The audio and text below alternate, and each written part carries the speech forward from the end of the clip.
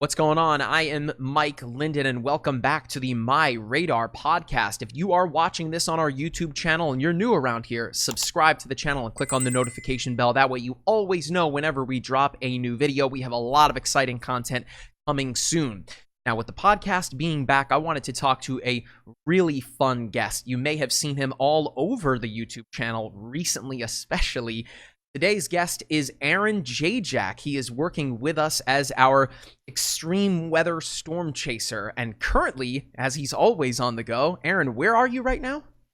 I'm currently in Manitoba, Canada, southern Canada. Man, I mean, so you were just a couple of days before this podcast was recorded. You were down in Louisiana covering Barry for us. Your home base is Colorado, correct? Correct. Yeah. Currently, I've got an apartment in Colorado right now, but I've been hanging out in Manitoba as the spring continues into summer. All the severe weather starts lifting up into Canada, so this is the place to be for that. And now, just out of the pictures that you shared, the one recently on your Twitter of the canola field, that sunlight coming through. I mean, Canada's a beautiful country, and especially where you are, seems to be top notch. Oh yeah, I mean it's just where I'm at. It's just a continuation of the Great Plains of the United States. So it's all farm country. I travel through the spring. I just follow the sun and the severe weather up, and you get to see. Basically, it's like spring for 4 months for me as I follow all the the flowers and everything, and all the plants being planted by the farmers, and like right now it's just everything's just really taken off in Canada with the rains coming through and the sun. We're just now hitting the plants here, and the beautiful canola fields and wheat fields through here. It's like a totally different vibe when I see your photos of, like insane weather. And then on the other side, we see flowers growing in a field. It's just to see that coming from the same person, I find really funny. Yeah, well, I like to try and capture because it's all related, right? I mean, I like the extreme weather, but out of chaos and extremes comes order and beauty of the flowers and everything growing, and that's just I like to try and capture the good side of weather too. It's not always about the bad side of the weather. So totally, yeah, it can't be tropical storms and hurricanes every day. You gotta have a good mix there. So I wanted to bring you onto the podcast because. At least from my experience, not having done a lot of storm chasing, I wanted to talk to an actual storm chaser about why in the world this is something that that drew you to it. We're constantly telling folks to pay close attention to the weather, that it can be rather dangerous. But for you and your group of the storm chasers, you guys are gravitated toward. When did that start for you? So it started for me when I was a kid in Indiana. I grew up in northern Indiana, and the one I would get the most excited is when we would have a weather warning issued, a blizzard or whatever, and we get locked in and not be able to get out of the house for weeks at a time. And I just really that's what I felt the most alive, is when I was in that survival situation at the weather coming through and those blizzards locking us in. And so ever since I seek that out now. I like that feeling of the storm coming and all that. So that's where it pretty much started off as a kid in Indiana. So did you go into, after high school, did you go into, the field of weather, or was that something that came later?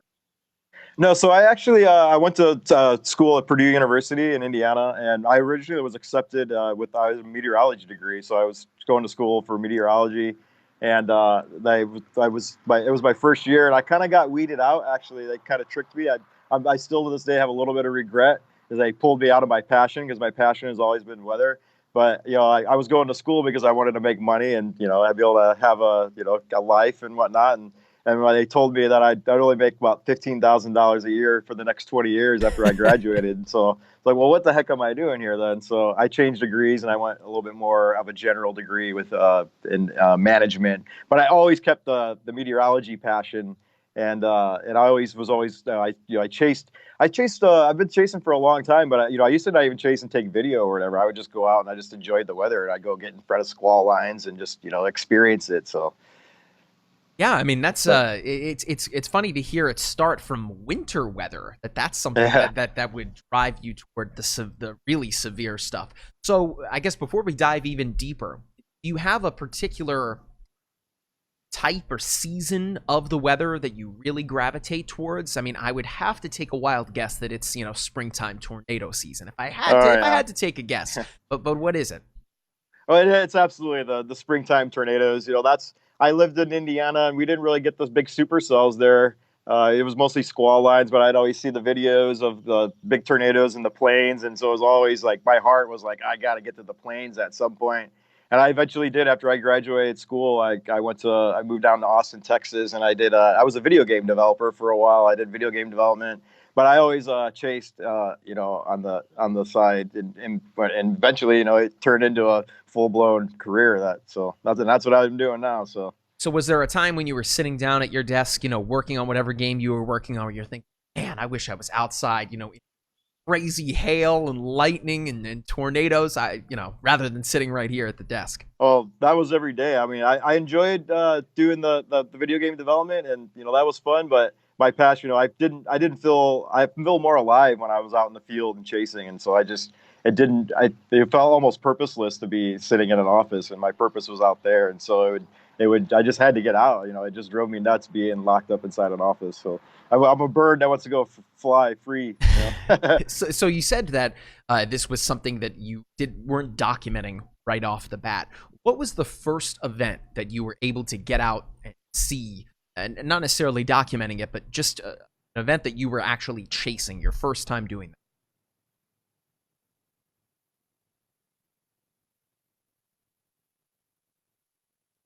Uh-oh, I think I might have lost Aaron there.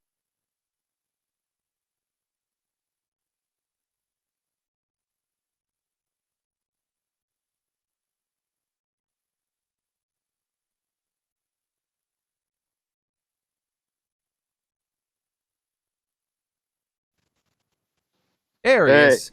we're back. Excellent. My signal went out. That's okay. That's how these things go. So I don't know if you heard I don't know if you heard my last question. But what was the first event that you were able to get out and document, or not necessarily document, but just the first event that you were actually able to chase?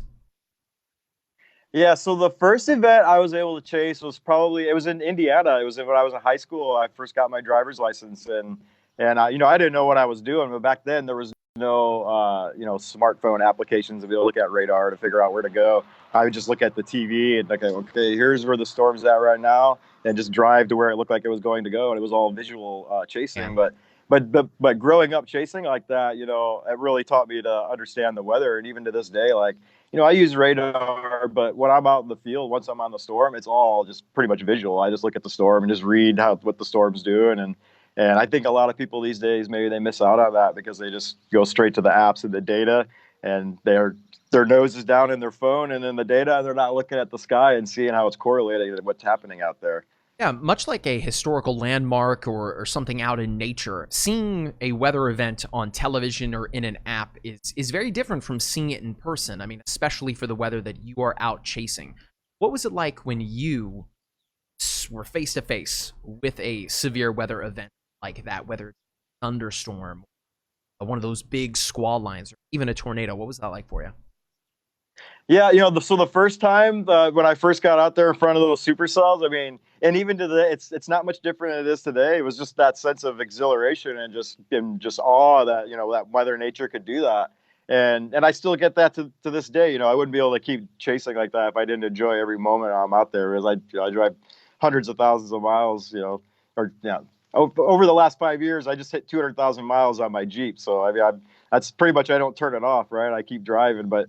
And if I didn't have that passion and get that feeling of that exhilaration, and that beauty, and everything that's involved with that, with the weather, I wouldn't be able to do it. I don't think anybody could do that, right? You can't fake that. Some people might say what you're doing out there is crazy. It's following along crazy weather.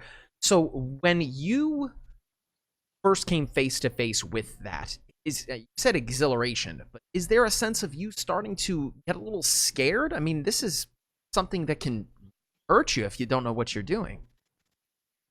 Yeah, I mean, it's definitely, over the years, I mean, it started off that before I would go into a storm, yeah, I have a sense of fear and all that, which I think that was good though, because, it kept me alive to this point to be able to keep learning and getting better and refine my skills to where, I can push the limits a little bit more and get even closer.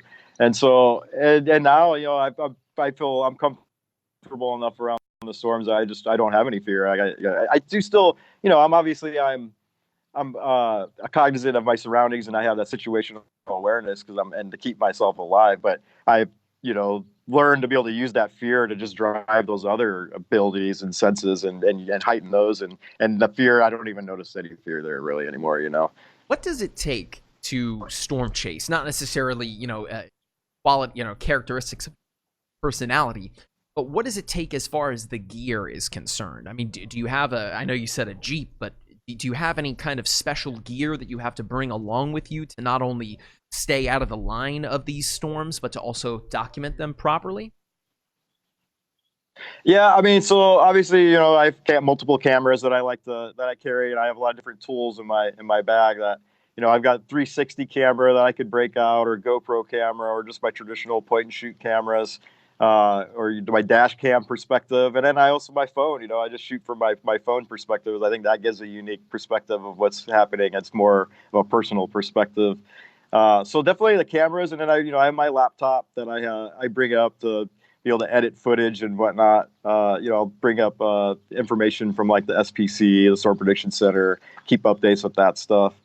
And obviously, a vehicle is very important. You got to have a vehicle, and really, I mean, that's the most important thing. That's what I invest most of my money into to make sure that my vehicle's in top performing condition. So I don't want to get my vehicle doesn't die in front of a tornado or something like that. So definitely, you got to have a good vehicle. And then, but I mean, really, that's what it comes down to. Really, that a good vehicle and one camera, and you have your MyRadar app or whatever you need to be able to figure out where the storms are at, and then go and really just and you got to enjoy yourself too. It's not all just the documentation. So you got to go get out there and have a good time and be happy that you're The out there. Storm So Chaser starter pack. If so, I yeah. mean, it's really amazing to see where technology has taken us in general. But with your experience, when you first started chasing to where you are today, how much has technology and the advancements in technology, how much has it improved your ability to storm chase? Yeah, I would say the I mean, so obviously the smartphones with having application radar applications has really dramatically changed the landscape and made it way easier. I mean, before you'd have to be able to look visually and try to find a storm or hope you were within a couple hundred miles of where that storm was going to initiate, and then be able to see and maneuver there. And now you don't. You could be 4 hours away. You just bring up your radar app and you go look see where the storm's at, and you go to drive to it. Right. So that's obviously helped out a lot. But the big thing I think I've really seen that's improved is the modeling by the National Weather Service and those high resolution models with the convective capabilities. So seeing to be able to see, I mean, they've really honed those things in, and I mean, they're not always right, but they're pretty good. They're pretty close to being right most of the time, and they're and figuring out where storms are going to initiate, and then that allows you to get within 100 miles or less of a storm, and then with the apps and all that. I mean, it's made it a lot easier. That being said, that's chasing in the Great Plains. I also chase in Dixie Alley, in the trees, winding roads, really bad networks. You get really low cloud decks and the real low hanging wall clouds, or it makes it even harder to see. And I love chasing Dixie Alley because it's such a challenge to be able to chase storms and get a good view of the storm and get a good shot of it. And so I just keep going back to Dixie Alley. Just it beats me up, but I keep going back for more because by the time I'm done with Dixie Alley at the end of March or mid-April, I can go out to the plains and it's a piece of cake out there. Then driving around and getting I've under the got to storm. imagine, So though, as with any profession or with any kind of hobby, there are going to be those people that jump right in without any kind of expertise or prior knowledge of what they're dealing with. You find that in storm chasing as well, that there are folks that jump into this that might not necessarily know what they're doing? yeah, I definitely see a lot of that. I mean, I especially in some of the states that are bigger with a lot of storms like Oklahoma. I see a lot of locals. I like to go out and chase, and so much that like I've seen accidents happen from the locals Yikes. getting out there. They're just way in over their head. They're freaking out. They're scared about the storm, and they're driving really fast. And they're not paying attention, and they get in accidents. And so I definitely see a little bit of that going on. But for the most part, I think most people, like once you get out of the peak season and out of those close to Oklahoma City and those peak areas and you start venturing out more to the plains, yeah, you're going to have people that are newer to storm chasing, but they've been watching videos or been studying, or most of them, or a lot of them are students, they're going to Oklahoma University or whatever. And so they have a little bit of knowledge of what they're doing out there. They've obviously got the passion. And so, it's once you, like I said, once you get away from like the peak season in the cities, it's not really too much of a problem out there in the Is rest there of the one plains. particular event that, I'm sure you've, have a ridiculous Rolodex of all of these events documented, but is there one that really stands out to you, whether it was a really scary experience for you or just looking at the marvel of Mother Nature? There's something that really stands out in your mind amongst all of the chases that. Yeah, I mean, so probably one of my favorite chases was Dimmitt, Texas in 2017. I believe it was 2017, April 2017, and it was on Good Friday, and it was only the Storm Prediction Center had only issued a 2% tornado risk that day. It's a real small area right along the dry line, and but I love mosquitoes again. I love chasing it, so I was like, I'm going, I don't care, and I went out and like there was hardly any chasers out there that day, just a couple of chasers, and it was we had a real dry spring that spring, and there wasn't a lot of storms happening. It was 2000. The last few years of storm chasing have been really low number tornadoes, and they haven't been really good years to become a storm chaser, to become a tornado chaser, because it's been so hard and it hasn't been a lot of tornadoes. So I went out that day and just saw this supercell fire on radar. I started driving towards. I mean, it wasn't even a supercell at that point. It was just I saw a storm firing up, but it was the only thing in the panhandle, so it was the only storm to chase. And I drove up to that storm, and it started to intensify. And then it started dropping baseball hail on me. I'm like, okay, this storm's actually going to go somewhere. My windshield, I blew out my windshield from that. So I had to blast to the east to get away from it. And I get out ahead of it because I saw it was forming a new wall cloud. I could see visually forming a wall cloud to myself, and that hook starting to appear on radar. And so I was like, holy cow, this is going to be a good day. only so a storm chaser, only a storm chaser is going to say something like that. Yeah. Yeah. So I start dropping a little south. Then next thing I know, I looked to my right, and there comes this beautiful funnel, drops down right in the field right next to me, tornado. And that storm ended up producing like 8 different tornadoes. I just kept cycling and producing one tornado after another. And it almost sat in place because it kept doing those handoffs. So the way the storm works is you get that hook that'll form, and the tornado will drop down. It'll move into the rain and the hail, and a new updraft will form, and they just do those handoffs. And it just kept doing one handoff after another and producing tornadoes as it slowly inched its way closer to the town of Dimmitt. And yeah, I ended up seeing like 8 different tornadoes that day. There was no damage, nobody was injured. Beautiful tornadoes out in the plains of Texas on a really low risk day. And what was really important that day was the first day that GOES 16 was in operation, and so we got this beautiful satellite imagery of that supercell and just bubbling up, and it was just it was a pretty incredible day. It was one of my biggest chase days for tornadoes. What advice would you have for a person such as yourself that maybe is sitting in a desk somewhere listening or watching this podcast that's thinking, this guy's making a lot of sense. I love the weather too. I want to get out there and do that. What advice would you have for that person to get started in storm chasing? I mean, so for me, I would say that what I did and what I would advise others to do is, I dedicated my life to it, really. I mean, I decided, like, this is my mission. This is what I want to do.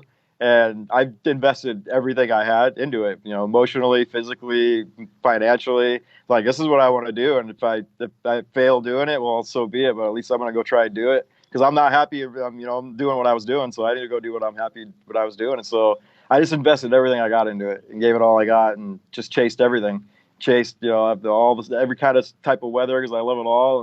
And just, kind of, there was a dice roll, and, maybe it'll work out, maybe not, but I'll be happy either way because I got. It seems like it's been working out for you so far. So we'll wrap things up on this. Yeah. Is there still something on the bucket list that you have yet to chase, or is there still a weather event that it's like the holy grail for chasers that you've yet to see but are always going to be, pun intended, chasing? Yeah, I mean, I've this past spring I was on the Lawrence. I think it was Lawrenceville. It was right there by Kansas City. There was the EF4 wedge tornado, And there were probably EF5 winds in there, but it didn't cause any EF5 damage, so it wasn't classified as an EF5 tornado. So I still haven't gotten that EF5 intercept and documentation. So I still really want to get one of those out, obviously out in the in an open field and middle of nowhere. And also I've always wanted to get those. There's the Gerald tornado, which was a terrible tragedy, and many lives are lost. But before that tornado became a killer tornado, it was this little tiny drill bit F5 tornado. I mean, it covered maybe like an area that a couple 100 feet, but it was just the immense power was just drilled into that tornado in that small little area. And I would just love to be able to up close, personal witness that power, just the finger of God, just isolated down into a small little area like that. So just I have weird it's you're a very visual person, so it makes a lot of sense that's the way that you would describe these events. Aaron, this has been a total blast talking to you about storm chasing. Of course, you're going to be with us through the summer, so I look forward to seeing more video that you have coming our way. Is there anything else that we didn't cover that you would like to that you'd like to talk about? You have a YouTube channel of your own, right? Yeah, I got a YouTube channel. Obviously, I post Twitter updates when I'm out in the field. That's for my breaking news. Like, here's what's happening, to get the word out to the National Weather Service or authorities, and just so regular, any civilians or regular citizens that are of the different countries that I trace on, if they're watching Twitter for what's going on, they can see that, what's actually happening out there. Because like you said, with the visuals are the most powerful thing. And when people, they get a tornado warning, they might not adhere to it, but when they actually see the tornado that's coming towards their town, then they're definitely most likely going to take action. So I like to post those updates to Twitter. And then, but yeah, then I do occasionally I do webisodes on YouTube. And so I'll keep doing that because that's what I want to do. And I love storm chaser. Aaron, thank you so much for doing this again. His Twitter handle is right below. You can see it right there, at Aaron Jayjack. Follow him for all of the new and exciting video coming our way. And of course, if you are not subscribed to the MyRadar YouTube channel, click on that subscribe button. Of course, turn the notifications on. See you in the next.